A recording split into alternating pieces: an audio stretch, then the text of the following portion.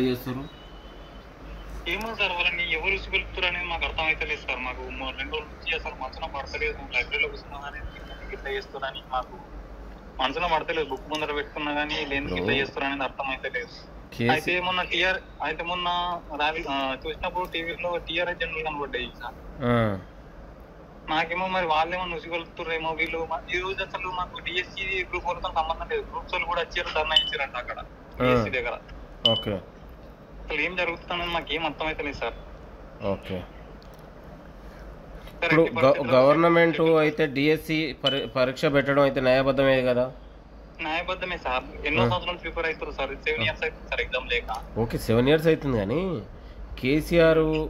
కేసీఆర్ ప్రభుత్వం మీద మనమేమో నోటిఫికేషన్ల కోసం పోరాడినాం. అవును సార్. ఇప్పుడు ఇవాళ ప్రభుత్వం ఉద్యోగాలు కల్పనిస్తుంటే కూడా ప్రతి ఒడు వాడు కుమ్మక్కై ఇవాళ కొంతమంది రాజకీయం కోసం మిమ్మల్ని అడ్డు పెట్టుకొని వాళ్ళు బలిపశువులు రాజంటారు. వీలైనా అర్థం చేసుకోవాలి కదా సార్. అంత వాళ్ళు రెచ్చగొడితే వీళ్ళు రచ్చిపోద్దు కదా సార్. అదే మాకు అర్థమైతే అసలు మాకు సంబంధం లేదు. గ్రూప్స్ వాళ్ళకి మాకు జాబ్ అయినా ఎవరో కూడా మాకు తెలియదు. అసలు సంబంధం ఏంటంటే రావాల్సిన అవసరం ఏంటి ఇవాళ బీఆర్ఎస్ వాళ్ళు ఎవరు వచ్చారు ఏమో సార్. న్యూస్ లోనైతే జనరల్ అయితే కనబడి మరి చూపెట్టినప్పుడు ఈ రోజు కూడా. ఇది అర్థం పర్థం లేని ఆందోళన నిజంగానే. ఇప్పుడు ఇవాళ 11,000 అయిపోతున్నాయి. మళ్ళీ ఒక మెగా డిఎస్సి కోసం సార్ మాకు అవకాశం ఏంటంటే ప్రభుత్వం సానుకూలంగా ఉంది. ముఖ్యమంత్రి రేవంత్ రెడ్డి గారు వాస్తవంగా నిరుద్యోగుల గురించి ఆలోచిస్తుంటాం. మీరు ఏమని అనుకోరు కానీ నేను కొంతమంది పిడికెడు మంది వాళ్ళే ఏదో లొల్లి చేయాలి, దీని వెనకాల రెచ్చగొట్టి వాళ్ళ చెవులు కొరుకుతున్నారు తప్ప. ఇప్పుడు నేను ప్రభుత్వానికి ఖాళీగా ఉద్యోగాలు ఉన్నాయి, నిరుద్యోగులకు ఎంప్లాయ్మెంట్ ఇవ్వడానికి కదా ప్రభుత్వం ఉంది. గత ప్రభుత్వం లాగా మొండిగా లేదు కదా.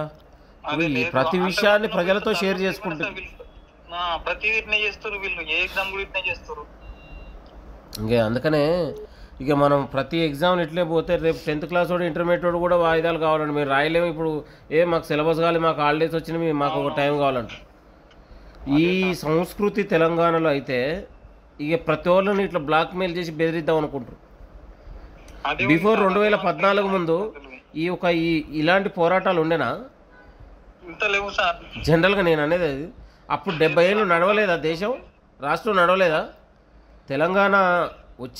తెలంగాణ మనందరి కోసం వచ్చింది. కానీ కొంతమంది దీన్ని అతి స్వేచ్ఛ చేస్తారు, అతి ప్రజాస్వామ్యం అయిపోయి. అర్థమైందా? సర్లే, థ్యాంక్ యూ బ్రదర్. ఎట్టి పరిస్థితి ప్రభుత్వం చాలా సీరియస్గా ఉంది. ఎందుకంటే ప్రభుత్వాలు ఎప్పుడు కూడా వ్యవస్థ కోసం పనిచేస్తాయి. 4 కోట్ల మంది ప్రజల గురించి ప్రభుత్వాలు ఆలోచిస్తాయి. పిడికడి మంది వ్యక్తుల కోసం నేను రాయట్లేదు, నేను రాయదు. ఇలా నిరుద్యోగులు, రైతులు, కార్మికులు, కర్షకులు ప్రభుత్వానికి కేవలం ఒక నిరుద్యోగులతోనే ముందుకు సాగదు. తెలంగాణలో ఉన్నటువంటి 4 కోట్ల మంది ప్రజల భవిష్యత్తుని చూడాల్సిన అవసరం ఉంటుంది. ముఖ్యమంత్రి గారు కేవలం ఒక నిరుద్యోగుల గురించి రోజు డైలీ ఉండదు, అందరి భవిష్యత్తు గురించి ఆలోచన, రాష్ట్ర అభివృద్ధి కోసం, రాష్ట్ర ప్రయోజనాల కోసం. కాబట్టి మీరందరూ కూడా చదువుకున్న దీన్ని రెచ్చగొట్టే వాళ్ళకు మీరే కొంత గ్రూపులలో ఇచ్చేసి వాళ్ళకు బుద్ధి చెప్పేటట్టు కొంత మోటివేషన్ చేయండి. అరే ప్రభుత్వం ఏం తక్కువ చేసిందిరా, అరే గాడిద కొడుకు ప్రభుత్వం ఏం తక్కువ చేసిందిరా, మనకు కొంతమంది రెచ్చగొడుతురు. ఈ చదువురాని నిరుద్యోగులతో సంబంధం లేదు, గాడిద కొడుకులు కొంతమంది చేరి మనల్ని రెచ్చగొట్టే ప్రయత్నం చేస్తుర్రా. ఇది మన ప్రభుత్వం, ఇది మన ప్రజాప్రభుత్వం అని మీలాంటి వాళ్ళు గట్టిగా మాట్లాడాలి బ్రదర్. ఇప్పుడు బీఆర్ఎస్లో వచ్చే కొంతమంది ఈ గాడిద కొడుకుల్ని మాత్రం మీకేం సంబంధం, మీరు 10 ఏళ్ల కాలంలో ఎంబీకి రా గాడిద కొడుకులారా మీరు వస్తారు అనే పద్ధతిలో వాళ్ళని మాత్రం గట్టిగా హెచ్చరించండి దయచేసి. ఎవరికి వాడేం చేసిండు, వాడు నిరుద్యోగుల ఆత్మహత్యలకు నిరుద్యోగుల ప్రధాన ద్రోహులు వాళ్ళు. నిజంగా నేను చెప్తా ఉన్నాను. వానికేం రైట్ ఉంది? వాడు 10 మంది కనపడితే వాడు వచ్చి జెండా పట్టుకొని వాడు ముఖ్యమంత్రి గారిని తిట్టడం, కాంగ్రెస్ని తిట్టడం, ఇలాంటి గాడిదల్ని మాత్రం దగ్గర రానియద్దు బ్రదర్. నాకు తెలిసిన ఇన్ఫర్మేషన్ ప్రకారం వాళ్ళ ప్లాన్ ఏముందంటే సార్, ఇప్పుడు ఎవ్రీ ఇయర్ ఉద్యోగ క్యాలెండర్ ఇస్తా అన్నారు కదా. అయితే మీరు ఒకటిసారి ఫిల్ చేసిరు అనుకో ప్లాన్, ఇప్పుడు ఒకటిసారి 30,000 వేసిరు అనుకో, మళ్ళీ మీకు ఏనికి పోస్టులు ఉంటాయి కదా. సో మళ్ళీ ఏమని చెప్తారు, వాళ్ళు ఒకటిసారి వేసిరు అంటారు. మీ ప్లాన్ ఏమంటే ప్రతి ఇయర్ చేసుకుంటూ పోతామని చెప్తే మీరు మళ్ళీ ఇప్పుడు ఆ గాడిద కొడుకులకు ఇప్పుడు నువ్వు జాబ్ క్యాలెండర్ వేస్తే మా దుకాణం బంద్ అయింది ఇక అసలు అని ఉద్దేశంతో జాబ్ క్యాలెండర్ కాకుండా నిరుద్యోగులు మొత్తం రెచ్చగొడుతురు. అలాంటి వాళ్ళ ఆటలు సాగవు. ముఖ్యమంత్రి గారు చాలా సీరియస్గా ఉన్నారు.